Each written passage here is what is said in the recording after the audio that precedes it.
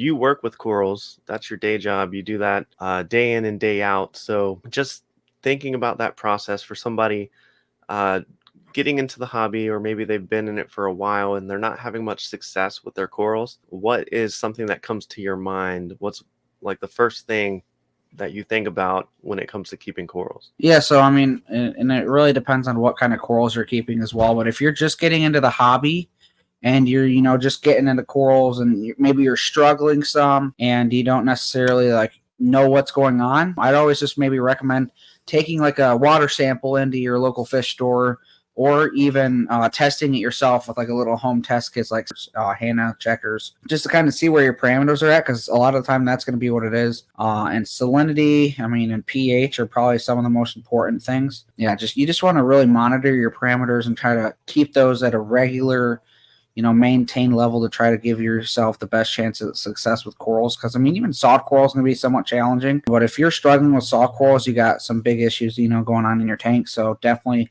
test your water first and kind of see where your parameters are at, and take it to a local fish store and talk with someone that knows what they're doing. They'll probably suggest try a water change, or dose this or dose that, start dosing calcium. There's just a lot of different things that could be going on to cause corals to be stressed out and dying off. But definitely, Yeah. I would first thing, just test your tank and see what's going on. Yeah, absolutely. Especially just starting out, testing your tank is how you're going to know what your tank is doing. And some of the main things that we test for that you mentioned, like your calcium, your alkalinity, magnesium, but keeping those things stable in your reef tank. Whenever you hear like in the forums, or you're talking to people at your local fish store and they're like, stability is key. Yeah. That's probably the number one thing. And what they're referring to with stability is all of those different parameters, as well as like your lighting and water flow and stuff like that. So stability, when it comes to lighting your reef tank, you kind of want to get your lighting set up, get the right spectrum, and then like set it and forget it, right? Like you don't really want to mess with that light setting again.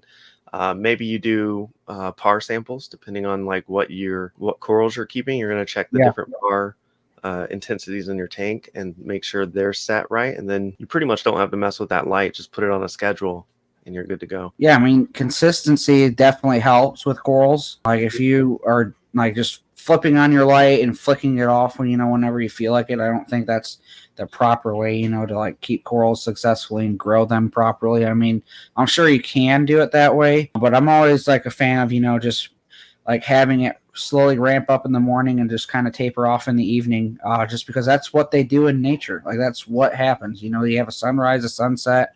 Like they get cooked up during the day, with some good sunlight. But just like I always personally just try to mimic their environment the best that you can in your home aquarium to give yourself the best chance at success. Yeah. And I remember when I first started, like I didn't have the LED light that slowly like dimmed on and dimmed off. It was just T5 bulbs, and that's fine because you're talking about consistency. So it's either on or off. So as long as they're coming on at the same time, going off, like you're keeping that consistent schedule, then your corals are going to like that. And that's one way to be successful. So testing and lighting, and we'll jump more into the testing side of it in just a minute. But yeah, keeping your tank stable, that's one thing that we're talking about, especially lighting. Now, I wrote this book for kids that may be scared or nervous about making new friends, to show that they can be brave and strong. And even though there may be challenges and unknowns, that children can still make new friends, and making friends is a beautiful thing. Go ahead and check this out. It is called Finn, the Brave Blue Tang. I'm super excited, super proud of this book. If you want to check out this book, it's available now on Amazon. Link is in the description below. Another big thing with corals, water flow. How important is water flow for corals? That's very important, really. Especially depending on what corals you're keeping. Some of the LPS corals are going to be a little more lower flow. But some of your soft corals and some of your SPS are going to be in some tidal zones, like, rushing water back and forth. Soft corals, like depending on what kind of soft corals we're keeping, are going to be in the same conditions, or super heavy currents. So you're definitely going to want to, give yourself some flow in your tanks. And it's definitely more challenging with nano tanks.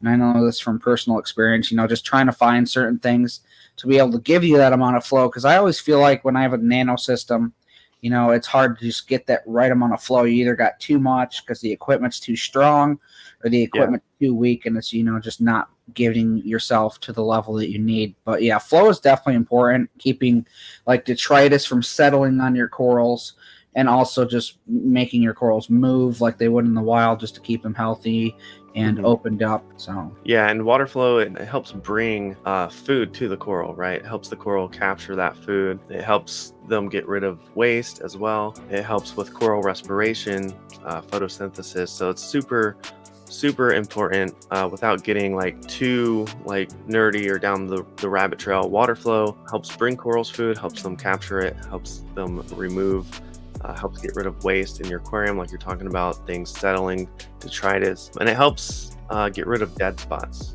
absolutely.